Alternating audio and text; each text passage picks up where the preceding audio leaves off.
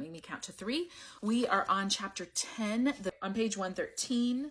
She also says, if it doesn't work, you are doing it wrong. She says it directly.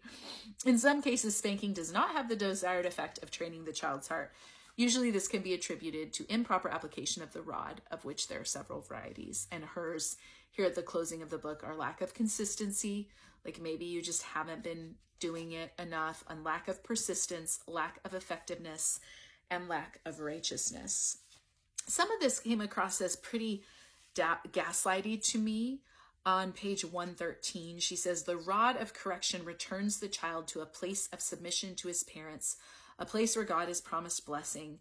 Discipline enables him to gain self-control. And you may hear the call back to Ted Tripp's circle of blessing in there. This idea that spanking is really about giving the gift of helping a child recover self-control. Some of this reframing, I don't know if it's intended to soothe parental anxieties. I think it probably has that effect.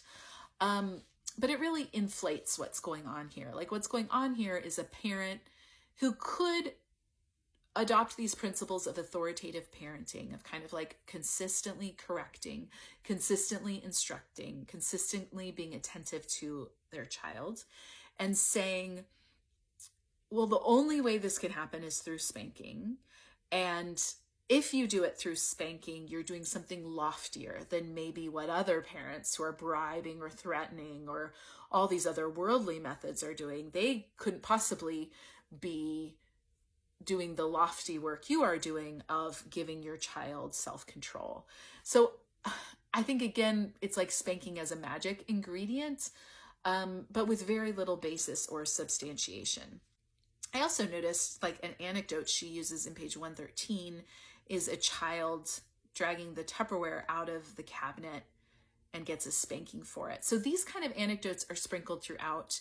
In books like this, where what's been set up is that a child must always obey instantly, a spanking can happen for what to outsiders I think looks like extraordinary circumstances. Like, why would a child be spanked for getting the Tupperware out? Well, it's not because the Tupperware is the sin, it's the disobedience of the parent that's a sin.